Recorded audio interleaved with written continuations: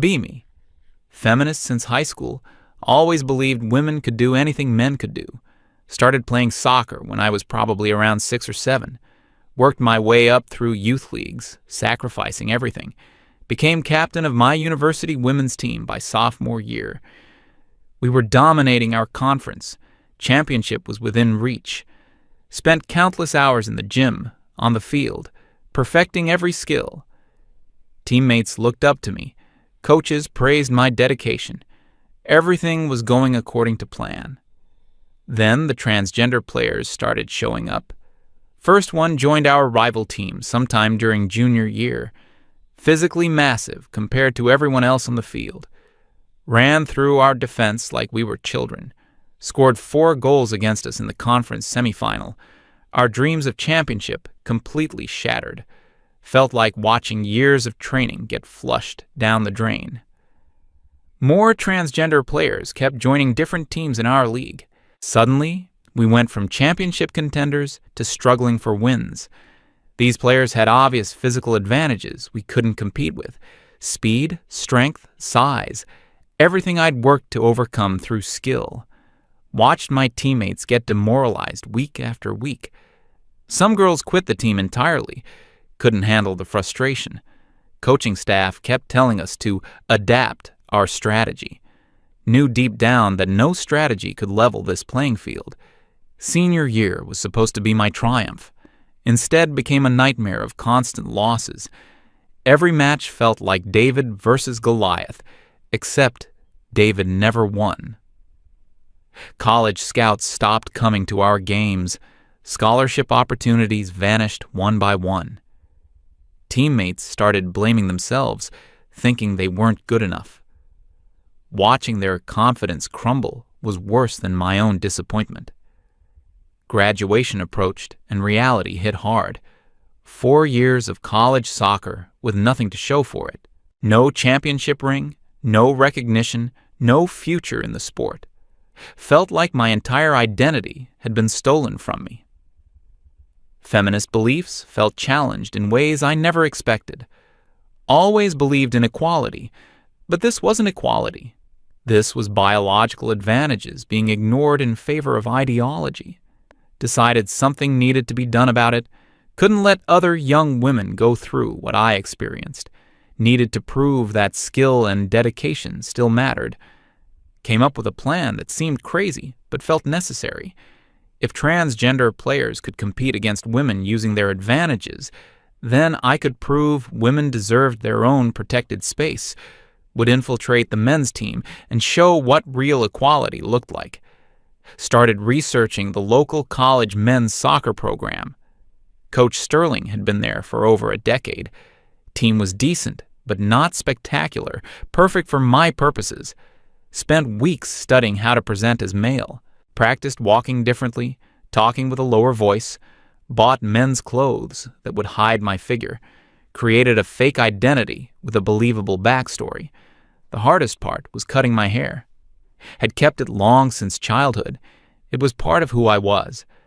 Sat in front of the mirror with scissors for probably an hour. Kept thinking about all those transgender players who destroyed our season.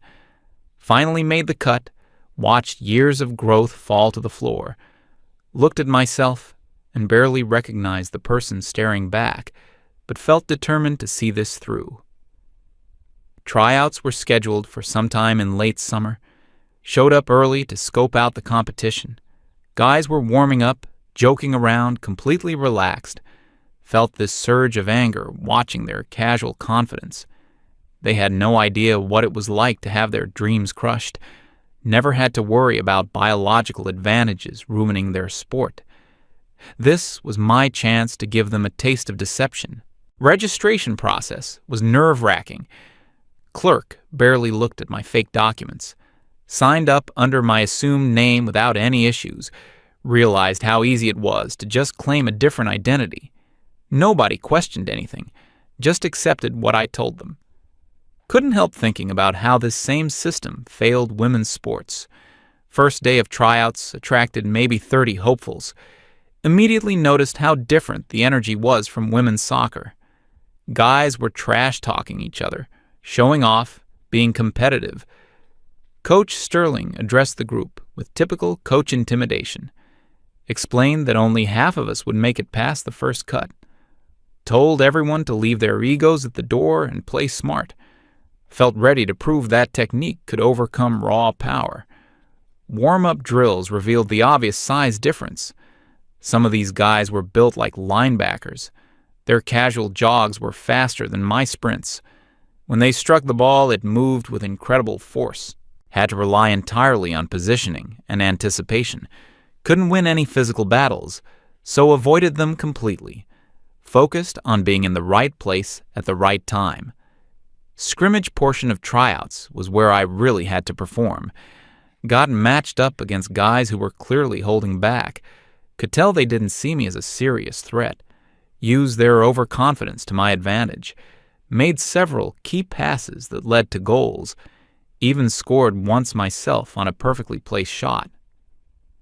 Coach Sterling was taking notes, seemed impressed. Finian was the obvious star of the tryouts. Tall, athletic, natural leader who commanded respect. Other guys automatically looked to him for guidance. When he complimented someone's play, it meant something. Noticed him watching me during the scrimmage. Made a nice pass to him that he converted for a goal. Afterward, he jogged over and said it was a great ball. Felt this weird mix of pride and guilt at his praise.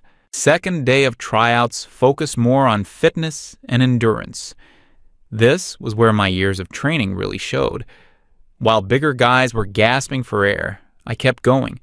Had conditioned myself through countless hours of extra practice. Coach Sterling noticed I wasn't struggling like some others. Heard him tell an assistant coach that I had good stamina. Knew I was making an impression despite my size disadvantage. Final day of tryouts was just another scrimmage. Coach Sterling was clearly evaluating specific players. Kept switching up the lineups to see different combinations. Got paired with some of the better players. Managed to hold my own and contribute meaningfully. Made a defensive play that saved a certain goal. Several guys patted me on the back afterward. Felt like I was gaining their respect. Results were posted a few days later. Saw my name on the roster and felt this rush of vindication. Had successfully infiltrated their world using nothing but skill. First team meeting was scheduled for the following week. Spent those days practicing my voice and mannerisms. Knew the real test was just beginning. Walked into that first meeting trying to project confidence. Room full of guys I'd competed against during tryouts. Finian was clearly the veteran leader everyone respected. Coach Sterling introduced the new players to the returning ones. When he got to me, just said I was a transfer with good instincts. Got some nods of acknowledgement from the other guys. Nobody seemed suspicious, just accepted me as one of them. First official practice was scheduled for early morning. Showed up to the locker room feeling incredibly nervous. Had planned my changing strategy carefully in advance. Waited until most guys were already dressed and heading out. Quickly changed in a corner stall while pretending to organize gear. Managed to avoid any awkward situations. Joined the team on the field without incident. Coach Sterling's practices were intense but well organized. Focused heavily on tactical understanding and positioning. This played to my strengths since I couldn't rely on physicality. Spent extra time learning everyone's preferred playing style. Finian was clearly the focal point of most attacking plays. Other guys respected his leadership both on and off the field. Started building relationships through shared struggles in practice. First real test came during a practice scrimmage. Coach Sterling divided us into two teams for evaluation. Got placed on the team opposite from Finian. Knew this was my chance to really prove myself. Managed to intercept one of his passes and start a counterattack. Led to a goal that put my team ahead. Saw him smile and nod appreciatively despite being on the other side. Gradually started fitting in with the team dynamic. Guys began including me in their post-practice conversations. Would grab food together after training sessions, listen to them talk about classes, relationships, family problems. realized they were just regular people dealing with normal struggles, felt this growing sense of guilt about deceiving them, but reminded myself why I was really there. Finian started seeking me out for individual conversations, would ask about my background, where I came from, what motivated me. Had to be careful not to reveal too much personal information. Told him I'd transferred because I wanted better competition. He shared his own story about overcoming injuries and setbacks. Found myself genuinely liking him despite my original intentions. His passion for the game reminded me of my own dedication. Team chemistry was building as we prepared for the season. Coach Sterling emphasized the importance of trust and communication. Guys were starting to depend on each other during complex plays. Felt this strange sense of belonging I hadn't expected. They accepted me based purely on my contributions to the team. Nobody cared about my size or questioned my commitment. Was experiencing the camaraderie I'd hoped to find in women's soccer. First game of the season approached sometime in early fall. Nerves were building as Coach Sterling finalized the starting lineup. Had earned a spot as a substitute midfielder through consistent performance. Knew I'd likely get playing time if we were winning or losing badly. Spent extra hours studying game film and opponent tendencies. Wanted to be ready when my opportunity came. Game day atmosphere was electric in ways I'd forgotten. Crowd was bigger than most women's games I'd played. Could feel the energy and expectation from everyone involved. Sat on the bench watching my teammates warm up. Finian looked calm and focused, exactly what you'd expect from a captain. Coach Sterling was giving last-minute instructions to the starters. Felt this mix of excitement and apprehension about potentially playing. We were winning by 2 goals when Coach Sterling called my name, told me to warm up and be ready to sub in. Heart started racing as I stripped off my warm-up gear. Teammates on the bench were encouraging me to go make an impact. Finian jogged over during a break in play and gave me advice. Said to stay calm and play my natural game. Felt this surge of adrenaline as I waited for the substitution. Finally got subbed in during the last 20 minutes. First touch was a simple pass back to our defense. Felt the rhythm of the game and started making runs. Managed to create a good scoring chance for Finian. He converted it easily and pointed to me in acknowledgement. Heard some cheers from teammates and fans. Realized I was actually helping this team succeed. After the game, guys were celebrating in the locker room. Finian made a point to thank me for the assist. Said I'd made a real difference in the final result. Other teammates were patting me on the back. Felt this genuine warmth and acceptance from the group. Coach Sterling nodded approvingly when he walked past. Was experiencing the recognition I'd always craved. Kept getting more playing time as the season progressed. Established myself as a reliable substitute who could change games. Teammates started depending on my creativity and field vision. Finian and I developed good chemistry on the field. Would find each other with passes that other guys couldn't see. Coach Sterling began using me in more important situations. Felt like I was proving my point about skill over size. One practice session turned into a disaster I hadn't anticipated. Was going for a loose ball when one of the bigger guys collided with me. Felt this sharp pain in my shoulder as I hit the ground. Couldn't move my arm properly. Knew something was seriously wrong. Coach Sterling called for the trainer to take a look. Teammates gathered around showing genuine concern. Finian helped me to my feet and supported me off the field. Trainer examined my shoulder and said I needed medical attention. Had to go to the campus health center for x-rays. Finian insisted on driving me there himself. Sat in his car, trying not to panic about potential exposure. He kept asking if I was okay, showed real caring about my well-being. Felt this overwhelming guilt about lying to someone so genuine. Knew I'd have to be extra careful during any medical examination. Fortunately, the injury wasn't serious, just a bad strain. Doctor recommended rest and physical therapy for a few weeks. managed to avoid any situations that would reveal my identity. Finian waited for me the entire time, even bought me lunch afterward.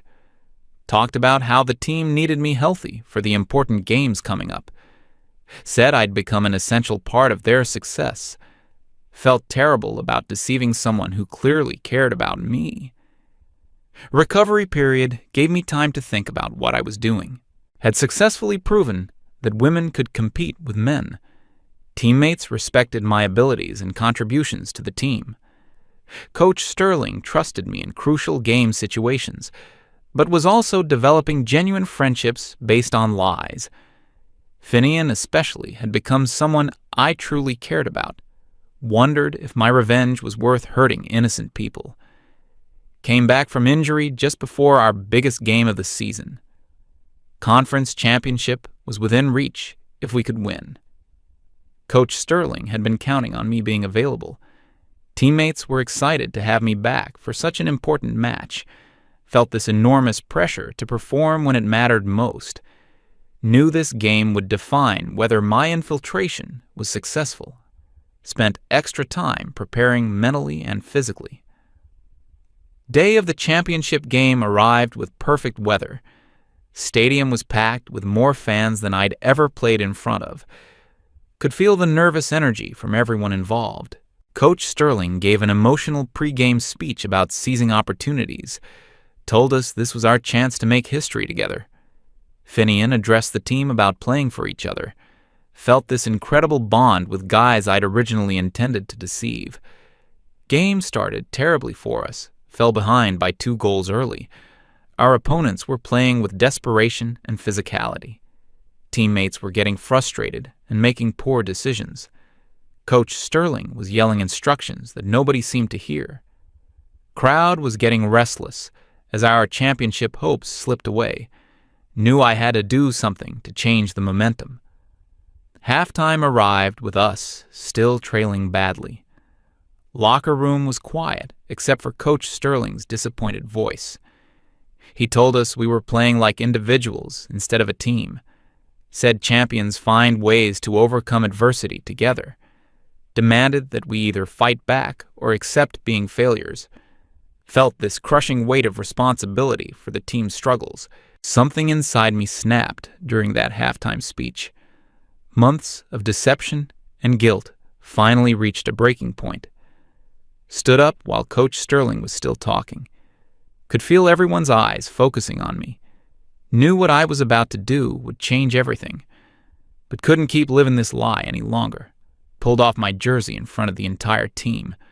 Revealed the sports bra I'd been hiding underneath. Room went completely silent as everyone processed what they were seeing. Coach Sterling's face went from confusion to shock to anger.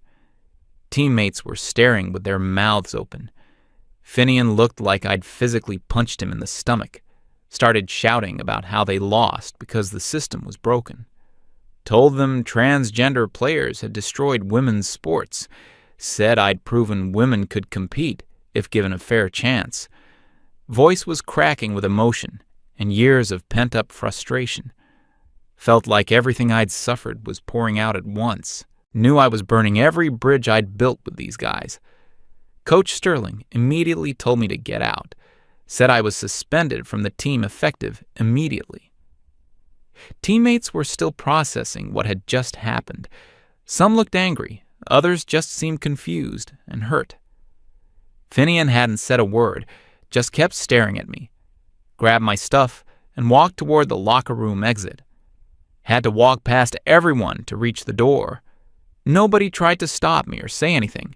Could feel their eyes following me with mixture of emotions. Finian finally spoke up and asked why I'd done this to them. His voice sounded so disappointed and betrayed. Didn't have any answer that would make sense to him. Just kept walking until I was out of the building. Sat in my car in the parking lot for a long time. Could hear the crowd cheering as the second half started. Knew my former teammates were back on the field without me. Wondered if they'd be able to overcome the shock of what happened. Felt this strange emptiness, despite accomplishing my original goal. Had proven my point but destroyed something genuine in the process. Drove home while the game was still going on. Didn't want to know whether they managed to come back and win. Felt like I'd contaminated their achievement, regardless of the outcome. Spent the evening thinking about Finian's hurt expression. Realized I'd become exactly what I'd originally set out to fight against. Someone who'd deceived others for personal reasons. News of what happened spread quickly around campus. Some people called me brave for exposing issues in sports. Others said I'd cheated and manipulated innocent teammates. Feminist groups were divided about whether I'd helped or hurt the cause. Didn't really care what anyone else thought anymore. Knew I'd crossed lines that couldn't be uncrossed. Never found out if the team won their championship game. Avoided areas of campus where I might run into former teammates. Finian tried calling me once, but I didn't answer. Couldn't face explaining myself to someone I'd genuinely wronged. Felt like I'd won a battle, but lost something more important. Revenge had cost more than I'd anticipated when I started this. Transferred schools the following semester. Couldn't stay somewhere everyone knew what I'd done. Found a place with a decent women's soccer program, but discovered I didn't have the same passion for playing anymore. Something had changed inside me during those months of deception. Felt disconnected from the sport that used to define my identity. Sometimes wonder what would have happened if I'd just been honest. Maybe could have made my point without hurting people who trusted me. Finian deserved better than being used in someone else's revenge plot. Those guys had accepted me based on merit and character, repaid their friendship with betrayal and manipulation, learned that winning isn't always worth the cost of victory.